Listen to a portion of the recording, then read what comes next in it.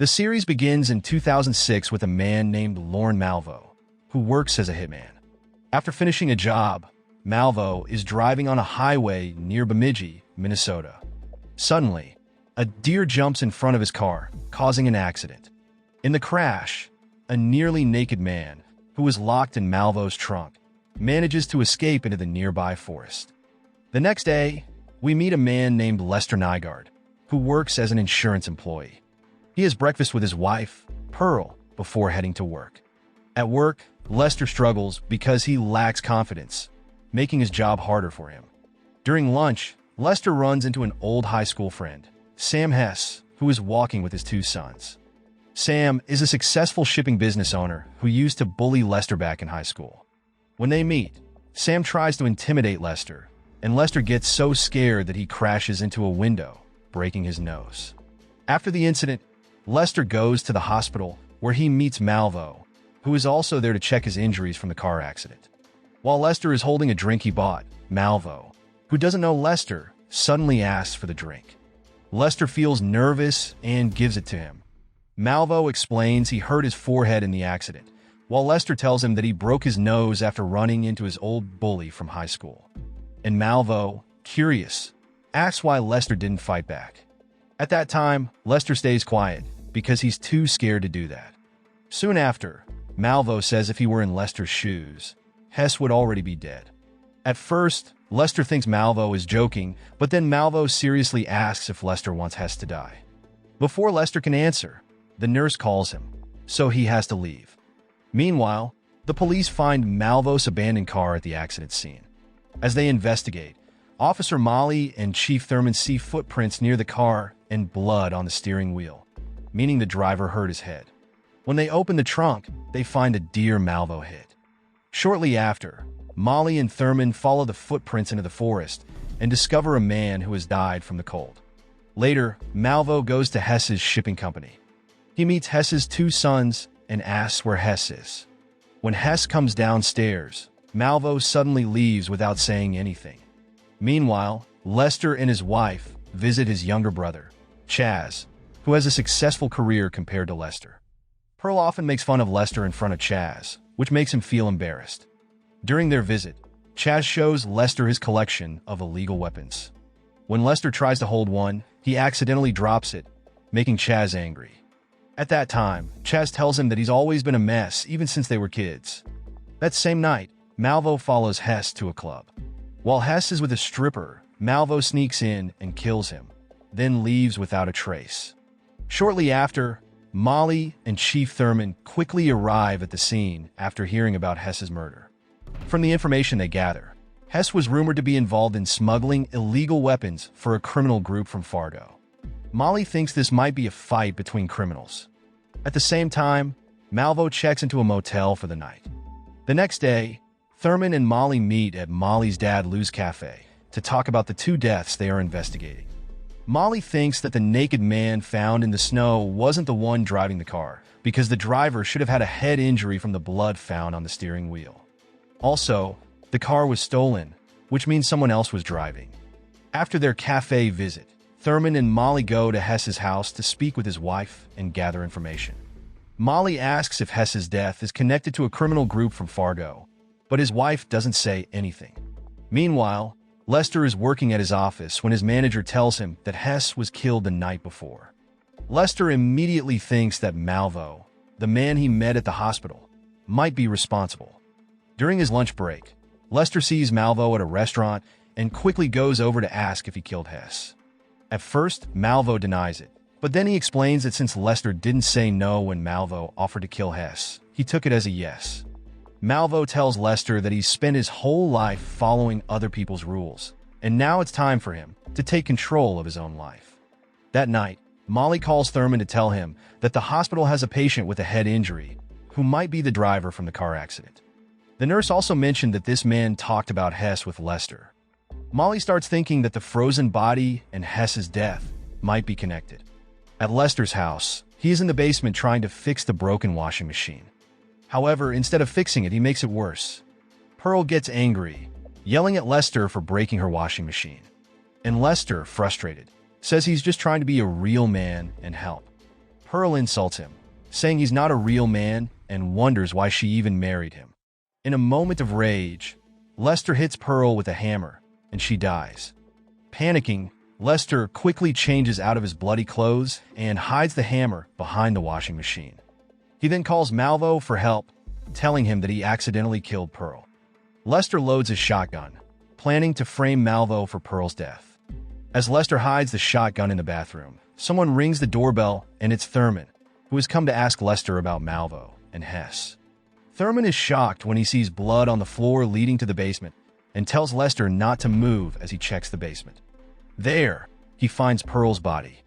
Before Thurman can react, Malvo arrives and shoots him with the shotgun Lester had prepared. The shotgun blast also injures Lester's hand. At the same time, Molly arrives at Lester's house because Thurman had asked for backup. Lester, in a panic, notices that Malvo is no longer in the basement. Not knowing what to do, Lester decides to hit his head against the wall to knock himself out before Molly enters the house.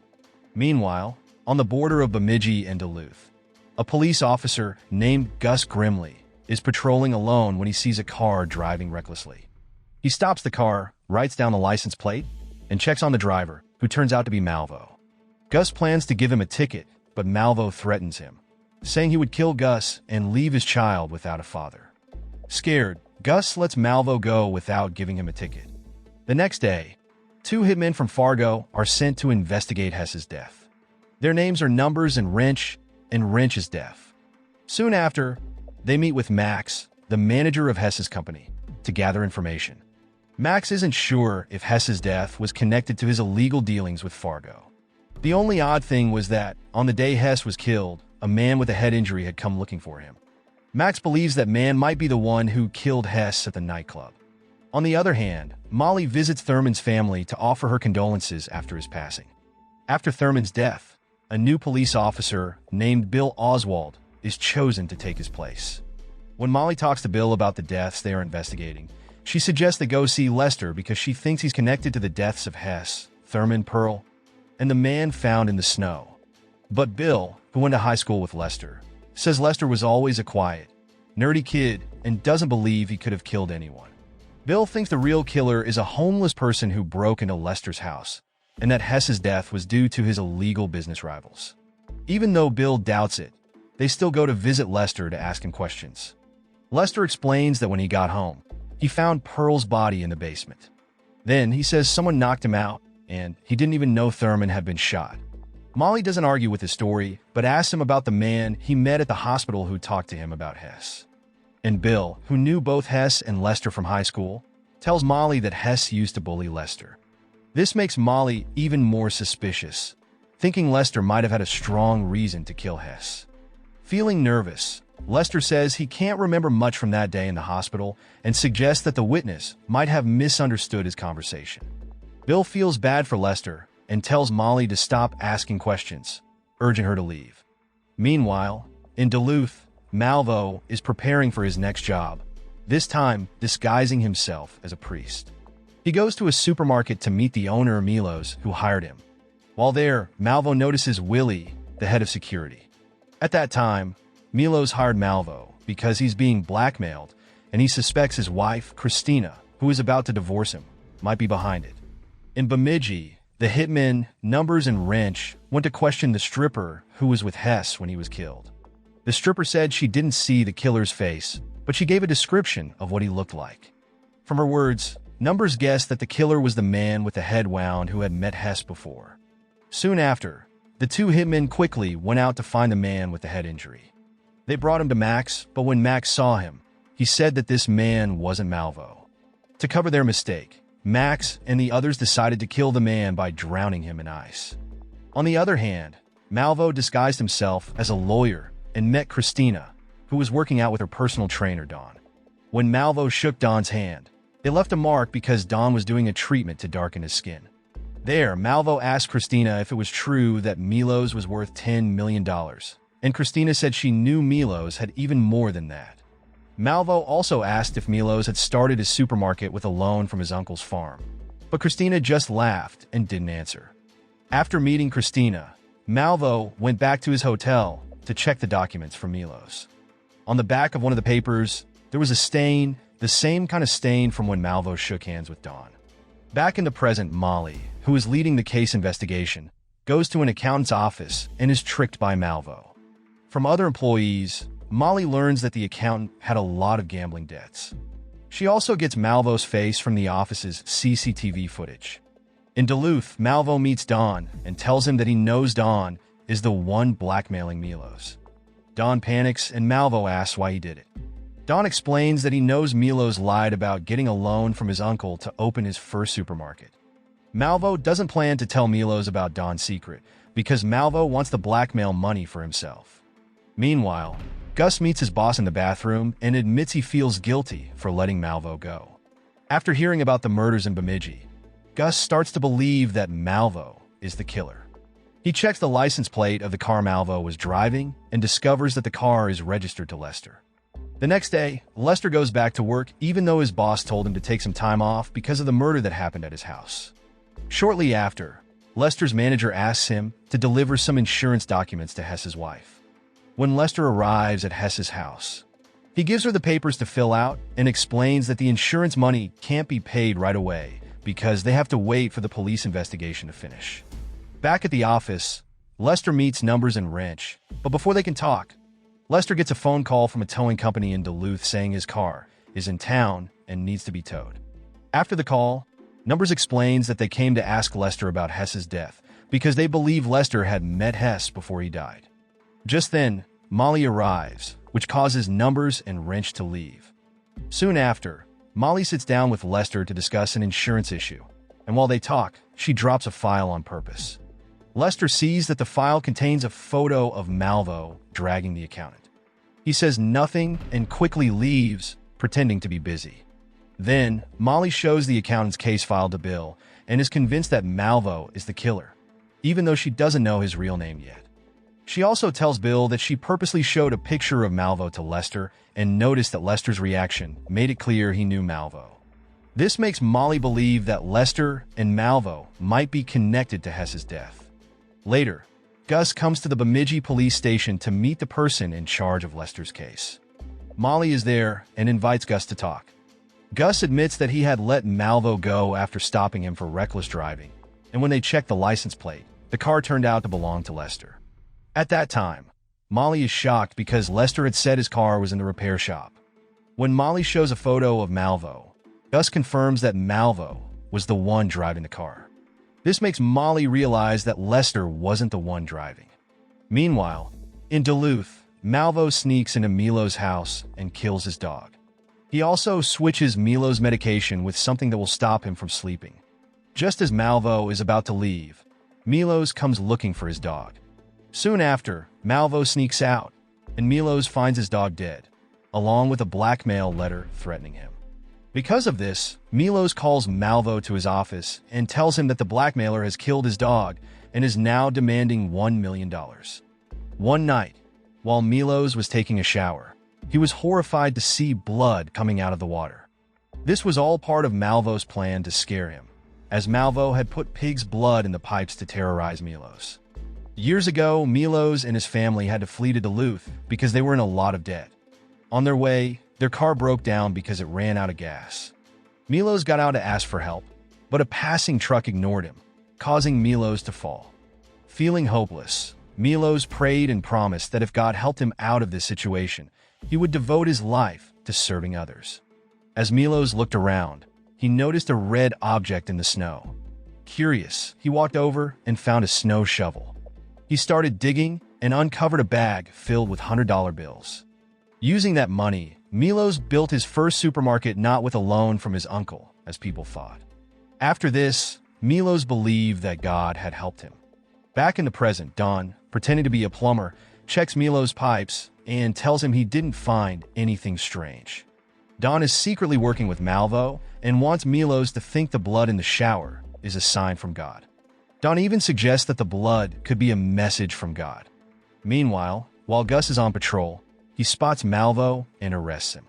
At the police station, Gus tells his superiors that Malvo is the suspect in the 3 murders in Bemidji. Just as Malvo is about to be taken to a holding cell, he secretly steals a pair of glasses. In Bemidji, Molly gets a list of phone calls made from Lester's house on the day his wife died. She sees that at 5:53 p.m., Lester called a hotel.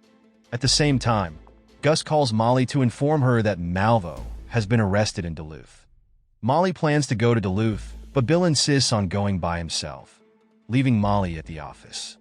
Back in Duluth, Malvo uses his phone call as a prisoner to contact his partner to handle something. Soon after, Bill arrives in Duluth and meets with Gus and the Duluth police chief to talk about Malvo's arrest. However, Gus doesn't have any solid evidence that Malvo is the same man he stopped for reckless driving, so they can't keep him in custody. Fortunately, Molly has CCTV footage of Malvo kidnapping the frozen accountant. Shortly after, Bill and the police chief meet with Malvo, who claims his name is Frank Peterson and that he's a pastor. At first, Bill doesn't believe him, but Malvo dares them to prove it. They call the church, and it turns out that Malvo is indeed listed as a pastor. The next day, Molly calls the motel owner where Malvo is staying, who had been contacted by Lester. The motel owner recognizes Malvo, and from the guest book, Molly finds out that the man she suspects is indeed named Malvo. Molly quickly calls Gus to tell him Malvo's real name, but this confuses Gus because, in his investigation, Malvo's name was listed as Frank Peterson. At the same time, Bill decides to release Malvo since there's no proof that he's the murderer. As a result, Gus is punished with 2 weeks off for arresting Malvo without clear evidence. Before leaving, Gus calls out Malvo's name, but Malvo doesn't respond. In Bemidji, Numbers and Wrench kidnap Lester and throw him in the trunk of a car. They take him to an icy field, planning to kill him. Numbers demands to know who killed Hess, but Lester, not telling the full truth, only says that he didn't kill Hess. Desperate to save himself, Lester attacks Numbers and Wrench, knocking them out, and runs to the street, where he spots a policeman. Lester asks the officer to take him back to town, but when the officer refuses, Lester hits him to get arrested and taken away from the dangerous situation. As this happens, Wrench and Numbers see Lester being taken to the police station. Soon after, Molly meets with Bill to explain her suspicions about Lester. She tells him that Lester called a motel where Malvo was staying around the time Thurman and Pearl were murdered. The woman who was with Hess when he was killed also mentioned that Hess talked about Lester, who Hess often bullied. Lester had even broken his own nose by hitting a glass window. From her investigation, Molly discovered that Lester had a broken nose on the day of Hess's murder and had gone to the hospital, where he met Malvo. The next day, Lester called the motel where Malvo was staying, and shortly after, Pearl and Thurman were killed. With all this information, Molly suspects that Lester hired Malvo to kill Hess. When Lester couldn't pay Malvo, Malvo killed Pearl, and when Thurman came to investigate, he became another victim. Bill agrees that Molly's theory makes sense and tells her that Lester is currently in custody. He allows Molly to interrogate him. When Molly and Bill meet Lester, he's hallucinating due to an infection in his hand. Lester is taken to the hospital for treatment. Once he feels better, Molly asks if Lester hired Malvo to kill Hess. Lester says he didn't pay Malvo at all. Later, the doctor informs Molly that they found shotgun shell fragments in Lester's hand. Shortly after, Molly goes to Lester's house and sees Thurman's blood still on the floor. She also finds the basement covered in blood. Her attention is drawn to the washing machine, but after checking it, she doesn't find anything important. Meanwhile, in Duluth, Malvo goes to Don's house with an item. When he gets there, Malvo calls Milos, pretending to be the blackmailer, and Milos says he's ready to pay the $1 million that Malvo demanded. Milos believes all these problems are happening because he broke his promise to God, and he's been unable to sleep because of the medicine Malvo gave him, which keeps him worrying about the situation. At that time, Don gets excited when he hears that Milos will pay, thinking he will get the money to help his business. However, Malvo never planned to share the money and locks Don in his own house's storage room. The next day, Malvo releases Don, who is angry about being locked up. Malvo tells Don to call Milos using a voice changer and read from a script Malvo prepared. Don does this, reading a Bible verse that terrifies Milos. Don also tells Milos where and when to hand over the money. After Don finishes the call, Malvo knocks him out. When Don wakes up, he finds himself tied to a stationary bike. At that time, Malvo covers the window with newspaper and gives Don a shotgun, making it look like Don is preparing to use the weapon. Before leaving, Malvo shoots at nearby buildings and cars to attract the police. Soon, the police surround Don's house, asking him to surrender. Since Don is tied up, he can't explain or do anything. When a police officer touches the string tied to Don, a gun rigged by Malvo goes off, making it seem like Don is shooting at the police. And the police, thinking Don is dangerous, open fire on the house and break in, shooting Don, who is still holding the shotgun, until he dies. Meanwhile, Malvo, carrying the money Milos gave him, is surprised when two cars crash into him. Turns out, the drivers are Numbers and Wrench trying to kill Malvo. Using his skills, Malvo manages to escape during a snowstorm. Nearby, Gus and Molly arrive to investigate the scene, but by the time they get there, Malvo is already gone, and they don't find anything. On the other hand, Malvo cuts his own hand to trick Numbers and Wrench into following him. When Numbers takes the bait, Malvo traps him and tortures him, trying to find out who sent them to kill him. Numbers finally says the word Fargo before Malvo finishes him off. A little later, Gus and Molly find Numbers' body, but Malvo is nowhere to be found. At that time, Molly decides to split up from Gus to search for Malvo on her own. Shortly after, Gus is searching in another area when he sees movement and fires his gun. To his shock, the person he shoots turns out to be Molly. Back in Bemidji, Lester, who has regained consciousness, isn't allowed to leave the hospital because he's now a murder suspect. Desperate to escape, Lester tries to sneak out through the window, but he can't get it open.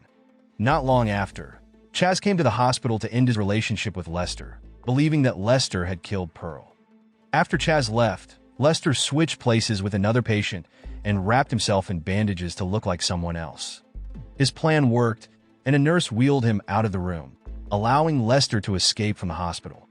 Moments later, Lester returns home and notices the washing machine has been moved. He removes a poster covering the hole where he had hidden the hammer he used to kill Pearl. Lester then takes some revealing photos of Pearl and her underwear. He sneaks into Chaz's house through the garage and hides the hammer, photos, and Pearl's underwear there, trying to make it look like Chaz was responsible for Pearl's murder. Lester also places an unloaded revolver in the bag of Chaz's son, Gordo. After finishing his plan, Lester goes back to the hospital so no one would notice he had been gone. The next day, Gordo goes to school, unaware that there's a revolver in his bag. During class, another student accidentally knocks over Gordo's bag, revealing the revolver for everyone to see. Soon after, Bill led the police to search Chaz's house. They found an illegal gun in Chaz's gun collection and all the items Lester had hidden earlier. With this evidence, the police suspected that Chaz was having an affair with Pearl. Chaz was shocked and confused about how these things ended up in his house. At the police station, Bill calls Lester in for questioning. He tells Lester that Gordo brought a gun to school, and Lester pretends to be surprised. Bill also brings up Pearl's murder. During the interrogation, Bill tells Lester that he knows Lester lied about only passing out in the basement. Lester explains that he lied because he didn't want to reveal that Pearl and Chaz were having an affair. But then, Lester makes up a story, saying that when he came home that night, he saw Chaz and Pearl fighting in the basement because Pearl wanted to end their affair. According to Lester, Chaz couldn't accept it, so he killed Pearl, and when Thurman arrived, Chaz killed him too. There, Lester claims he lied to protect Chaz, his only brother. And Bill, who is soft-hearted, feels moved by the story and lets Lester go. On the other hand, Molly wakes up in the hospital after receiving treatment. Although her injuries aren't too serious, Gus feels guilty for accidentally shooting her and has reported himself, knowing he might lose his job. As time goes by, Molly continues to investigate the murder case, still believing that Lester is involved, but she hasn't been able to prove it yet. According to Molly's theory, Numbers and Wrench, who met with Lester, were sent by a criminal group that worked with Hess, seeking revenge. Meanwhile, Malvo is now in a housing office in Nevada, meeting with someone who often gives him jobs to kill. Malvo demands to know who from Fargo sent the hitman to kill him. After pressuring the person, Malvo finally gets the information he needs to take revenge. In Fargo, two FBI agents, Budge and Pepper, have been assigned to watch a building suspected of being the headquarters of a criminal organization. Despite months of surveillance, they haven't found anything. On the same day, Malvo went to the criminal organization's headquarters to take revenge. He shot and killed 22 people there. After the attack, Malvo managed to escape easily. Meanwhile, Molly, who has been discharged from the hospital, returns to the police station. She learns that Chaz has been blamed for the murders of Thurman and Pearl. Molly believes Bill made a mistake by not connecting Hess's death to these murders. The next day, Bill meets with Molly, who has returned to work.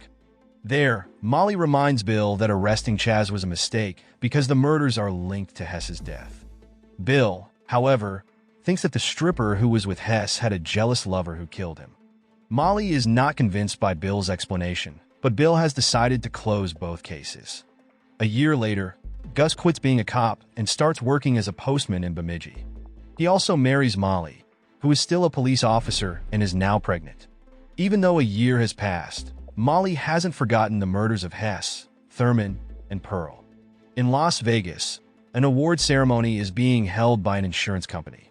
This year, Lester is named Salesman of the Year. After everything that happened a year ago, Lester has become more confident and less passive. He even has a new wife named Linda. While at the bar, Lester spots Malvo, who now has white hair. 6 months later, Malvo is working undercover as a dentist for his latest mission. With this new identity, Malvo even has a fiancée. After gaining the trust of his target, who now sees Malvo as a close friend, they go to Vegas together to have fun. Back in the present, Lester steps into the elevator where Malvo and his targets are. Tired of being undercover for months, Malvo suddenly shoots everyone in the elevator except Lester. Malvo asks Lester to help clean up the bodies, but Lester, scared, hits Malvo and runs away. Soon after, Lester quickly tells Linda they need to go back to Bemidji, leaving her confused. When they get to the elevator, strangely, it's completely clean, causing no blood or bodies from Malvo's attack. In Fargo, Budge and Pepper, who are working in the file section, are approached by someone asking for files on a criminal syndicate. It turns out that Molly contacted them to continue investigating the murder case from a year ago. At the same time, in Bemidji, Molly gets a call from the Las Vegas police asking for help in finding Lester, who witnessed the elevator murder. Meanwhile, on their way home, Lester suddenly suggests to Linda that they go on vacation to Mexico right away. When they arrive at their new house, Lester seems on edge because he knows Malvo is after him. He takes out a gun to be prepared, and soon after, Molly shows up to ask questions about the murder in Las Vegas. When questioned, Lester claims that Linda went to the room first that night, while he went to the bar and then returned to the room, not seeing anything happen in the elevator. Molly, however, asks Lester not to leave Bemidji so she can follow up with more questions if needed. After leaving, Molly gets news that some FBI agents are looking for her, so she asks them to meet her at Lou's restaurant. On the other hand, Gus, while delivering mail, thinks he spots Malvo driving a red BMW. But he doesn't do anything because he's afraid he might be mistaken the wrong person. Shortly after, Malvo went to Lester's old house, but since it had been sold, he couldn't find him there. He then checked Lester's new shop, but it was closed. So, Malvo headed to Lou's restaurant to ask where Lester now lived. Lou, being a former police officer, grew suspicious of Malvo and refused to give him any information. As Malvo left, Molly arrived at the restaurant, followed by FBI agents Budge and Pepper. The agents asked Molly for more information, as she claimed to know who was responsible for the massacre of 22 people in Fargo. Molly explained her theory, connecting last year's murders in Bemidji to Malvo, who killed 22 people in Fargo as revenge for Fargo sending Numbers and Wrench to kill him. That night, Lester and Linda planned to leave for Mexico, ignoring Molly's order not to leave town. Before heading to the airport, they stopped by a store to grab money and passports. Paranoid, Lester asked Linda to get his passport and put her in his jacket to make her look like him because he spotted Malvo nearby. When Linda entered the store, Malvo, thinking she was Lester, killed her. After realizing he killed the wrong person, Malvo stepped outside and saw Lester. Instead of attacking, Malvo just stared at Lester before leaving. Shortly after, Lester goes into the store and walks past his wife's body to get to the safe, planning to grab his passport and money. But suddenly, Lester changes his mind and decides he wants revenge on Malvo. He heads to Lou's restaurant alone, orders food for himself and Linda, pretending she's following him from the store. Then he sneaks out and calls the police from a payphone, reporting gunshots at the store. Quickly, Bill, Molly, and other police officers rush to Lester's store to investigate the crime scene. At that time, Molly notices that Linda was wearing Lester's jacket, meaning the killer was actually trying to kill Lester. During the investigation, Lester shows up at the store, pretending to be shocked by his wife's death. Molly asks if Linda's murder is connected to the Las Vegas killing, but Lester doesn't answer. He is taken to the police station with Molly, Bill, Budge, and Pepper. There, Budge asks him about the murders in Fargo, but Lester still refuses to answer. Meanwhile, Molly, convinced that Malvo is in Bemidji, asks the police to block all exits out of the town. At the same time, Gus, who thinks he saw Malvo earlier, asks Molly not to go after him because he's worried about her safety. While driving, Gus spots a wolf in the middle of the road, forcing him to stop. He then notices the red BMW Malvo had been driving parked near a cabin. At that time, Gus decides to check the cabin and sees Malvo driving away in the red car, but he chooses not to chase him and instead goes into the cabin. Turns out, Malvo goes to a car dealership and pretends to take a test drive with a salesman. At the police station, Molly meets with Bill, who tells her that he plans to quit being a police officer once they finish the case. Bill asks Molly to take his place because he's impressed with how well she has done her job. After speaking with Bill, Molly releases Lester but asks Budge and Pepper to escort him, as she believes Malvo is still after Lester. Budge and Pepper follow Molly's orders and take Lester to his house, standing guard outside. A little while later, a car approaches Budge and Pepper, and they go to check it out. Inside, they find the driver tied to the steering wheel. Without warning, Malvo appears and kills the two FBI agents. At the same time, Lester realizes that Malvo has entered his room. In the messy room, Malvo accidentally steps on a bear trap set by Lester. Lester tries to shoot Malvo and then hides in the bathroom. When Lester comes out, he finds that Malvo has already left. Meanwhile, Malvo limps back to his cabin with an injured leg from the bear trap. He starts treating his wound, not knowing that Gus is waiting for him. Without hesitation, Gus shoots Malvo several times, killing him. He then calls the police and Molly to come to the cabin. During the investigation, the police find a bag with phone recordings, including one of Lester calling Malvo for help after he killed Pearl. With this evidence, Molly finally confirms that her suspicions about Lester were right. In the final scene, Lester, knowing he is now a fugitive, tries to escape on a snowmobile. Unfortunately, he crashes and continues running across a lake with thin ice, which breaks, causing Lester to fall through and drown. The series ends. The moral lesson from this series is if you're going to set bear traps for hitmen, make sure you don't end up on thin ice. Also, lying to the police never ends well, especially when your killer friend keeps voice recordings.